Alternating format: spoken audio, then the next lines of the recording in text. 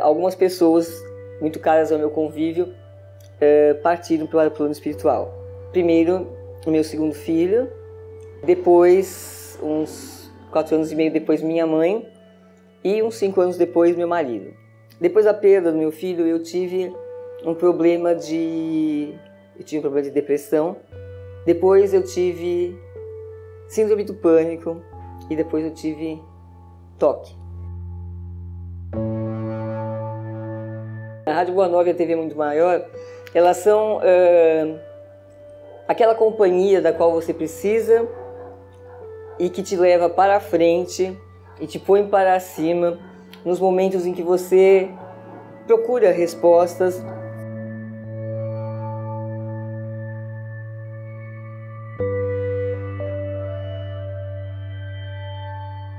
Então, para mim, o Espiritismo é isso, é esse sentido de vida, é essa busca de ser um ser humano melhor, um coração mais amigo, um coração mais fraterno, que eu acho que é isso que precisa. Quando os corações se renovarem no amor, o mundo se renova também.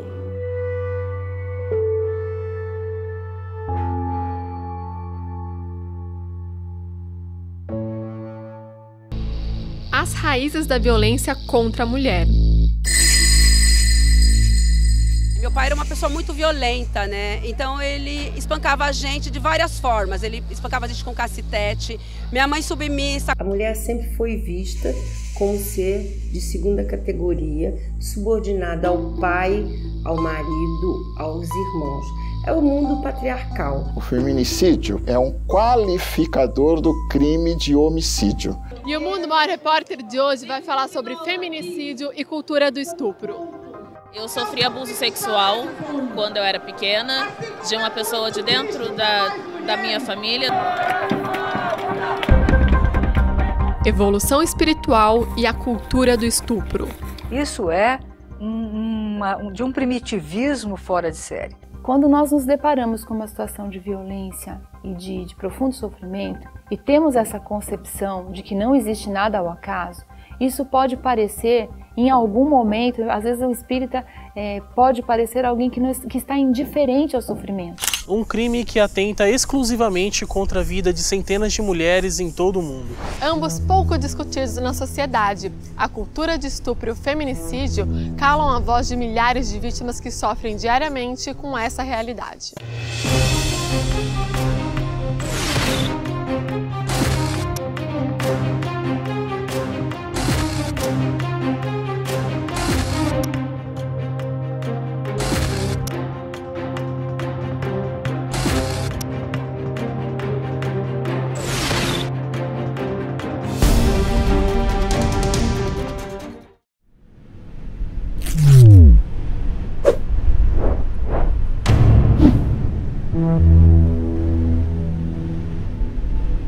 Feminicídio é a perseguição e o assassinato de pessoas do sexo feminino apenas pela condição de ser mulher. Suas motivações mais usuais são o ódio, o desprezo e o sentimento da perda da posse do corpo feminino. Segundo o Código Penal brasileiro, o crime de feminicídio está previsto no artigo 121, no segundo parágrafo, inciso 6. O crime contra a mulher por razões de condição de sexo feminino é definido quando existe violência doméstica e familiar, menosprezo ou discriminação à condição de mulher. A pena de prisão para homicídio simples varia de 6 a 20 anos. No caso do homicídio qualificado, onde se inclui o feminicídio, a pena vai de 12 a 30 anos e o crime passa a ser considerado hediondo, sem possibilidade de pagamento de fiança.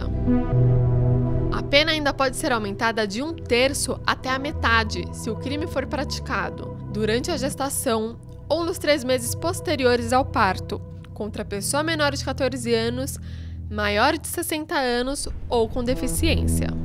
Ao longo da história, a mulher ela é sempre contada, ela nunca tem voz.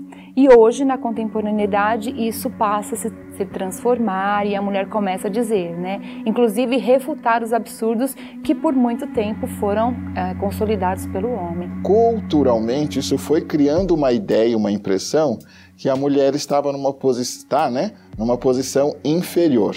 o que foi levando a muitos de nós homens a desenvolvermos características muito animalizadas. Vejo uma questão sempre de aprendizado.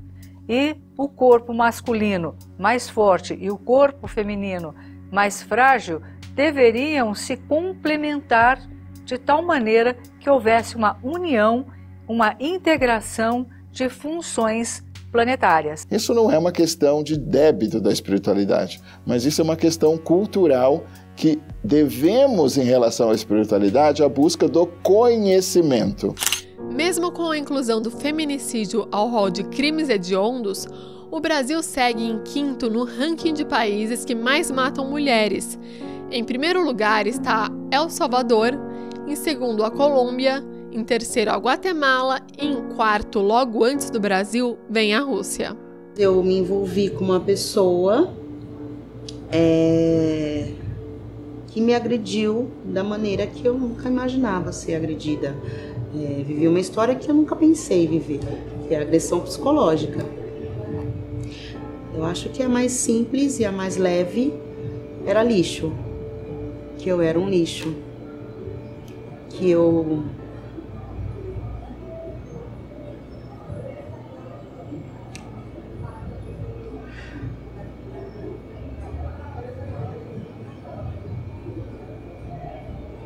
só prestava para ser um vaso sanitário, de não ser uma mãe, de não ser uma dona de casa, de não gostar de trabalhar, de eu ser uma mulher inútil. Eu não me familiarizava, eu não tinha contatos com ninguém, eu me desprendi de amigos, de filhos, de família.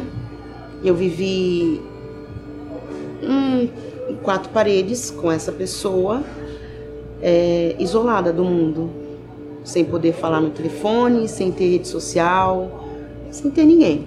A violência psicológica, na maioria dos casos, não é percebida nem por quem sofre. Por não conseguir perceber que ela vem mascarada pelos ciúmes, controle, humilhações, ironias e ofensas, Luciana se entregou totalmente à relação e, no fim, acabou ficando sem nada material, mas com a chance de liberdade de todo aquele sofrimento. Então, nós comíamos o que ele queria, nós tomava banhos com sabonete quando ele queria, eu usava um absorvente quando ele queria, tudo era como ele queria. Eu abandonei tudo em São Paulo e lá de serviço, eu era gerente de restaurante, larguei casa, larguei filhos e resolvi morar no interior com essa pessoa, porque ele me alegou que tinha câncer. E aí eu larguei tudo aqui em São Paulo e fui morar no interior. Aí moramos por 3 anos, mas aí tem toda uma história, esses 3 anos foram muito difíceis. E quando ele resolveu me tirar da vida dele, foi em março, e ele simplesmente me mandou uma mensagem para mim: pega os ladrões dos seus filhos e sai da minha casa. Não foi fácil, eu fiquei na rua com os meus filhos durante uns 3, 4 dias. O Brasil ocupa esse ranking lamentável, triste, né? Doloroso, de 5º lugar do mundo, porque nós temos culturalmente também uma ideia de uma mulher como objeto do homem. Hoje, no mundo, na África, em alguns países islâmicos, a mulher não tem direito a estudar. Veja o caso da Malala, né? Então, na verdade, se nós olharmos internacionalmente, ainda existem setores onde a mulher não tem acesso aos direitos básicos que qualquer cidadão deve ter. A lei, ela sempre acompanha a evolução espiritual dos homens. Ela caminha de maneira muito próxima ao grau de evolução que nós estamos conquistando gradativamente. Tanto a lei do feminicídio, da Maria da Penha, toda essa gama, ela é fundamental para garantir direitos e para pensar em políticas públicas que atendam de uma forma mais integral, ética e digna, né, todas as mulheres. De acordo com a pesquisa realizada em 2016 pelo IPA, Instituto de Pesquisa Econômica Aplicada, o estado que tem a maior reincidência no crime de feminicídio é o Espírito Santo, com 11,24 assassinatos a cada 100 mil mulheres. Em seguida, temos os estados da Bahia, Alagoas, Roraima e Pernambuco, com respectivamente 9,8, 8,84, 8,51 e 7,81. Ao todo, 12 mulheres morrem todos os dias no Brasil. Na maioria dos casos, o perfil das vítimas se repete. 31% são mulheres de 20 a 29 anos e 23% delas têm entre 30 e 39 anos. Somando, temos em média 54% de óbitos de mulheres de 20 a 39 anos. O feminicídio foi uma lei que entrou em vigor no ano de 2015. Porém, antes dessa medida houveram muitas lutas e protestos para que a Lei Maria da Penha fosse aprovada em 2006. A Lei 11.340, mais conhecida como Maria da Penha, foi promulgada com o objetivo de coibir e prevenir a violência doméstica e familiar contra a mulher. Toda mulher, independente de classe, raça, etnia, orientação sexual, renda, cultura, nível educacional, idade e religião, goza dos direitos fundamentais inerentes à pessoa humana, sendo-lhe asseguradas as oportunidades e facilidades para viver sem violência, preservar sua saúde física e mental e seu aperfeiçoamento moral, intelectual e social. A pena para o agressor que for enquadrado nessa lei é de detenção de 3 meses a 3 anos. Quando esse agressor age, ele também está envolvido num processo de um caldo cultural que ele cresceu. E se nós só ficarmos pensando em agredir também, essa situação nunca vai se resolver. Haja visto que quando a Lei Maria da Penha foi aprovada, muitos dos agressores, se sentindo ofendidos, se tornaram ainda mais agressivos, mais letais nos seus ataques. Quando um assassino, desencarna, alguém que faz, comete uma violência contra a mulher, quando ele vai para o plano espiritual, cada um vai atuar de acordo com o seu nível de consciência. Então, se eu cometo um ato de violência contra uma mulher, contra o feminino, contra alguém que está de alguma forma vulnerável, a minha consciência, quando eu desencarno, é que vai ali atuando, vai movimentando essas energias. O aspecto punitivo, ele é muito importante no sentido de coibir, mas ele não é didático no sentido de recuperar. É importante, é válido, super, mas só coibir não é o caso. Nós temos um desafio muito maior, que é de nos reeducarmos, homens e mulheres. Assim como a maioria das leis, a Lei Maria da Penha também tem as suas exceções. Uma delas é que a agressão tem que partir de alguém que faça parte do convívio íntimo e familiar da vítima. Fora desse contexto, o agressor responde por lesão corporal. É claro que isso faz parte de um projeto de evolução planetária.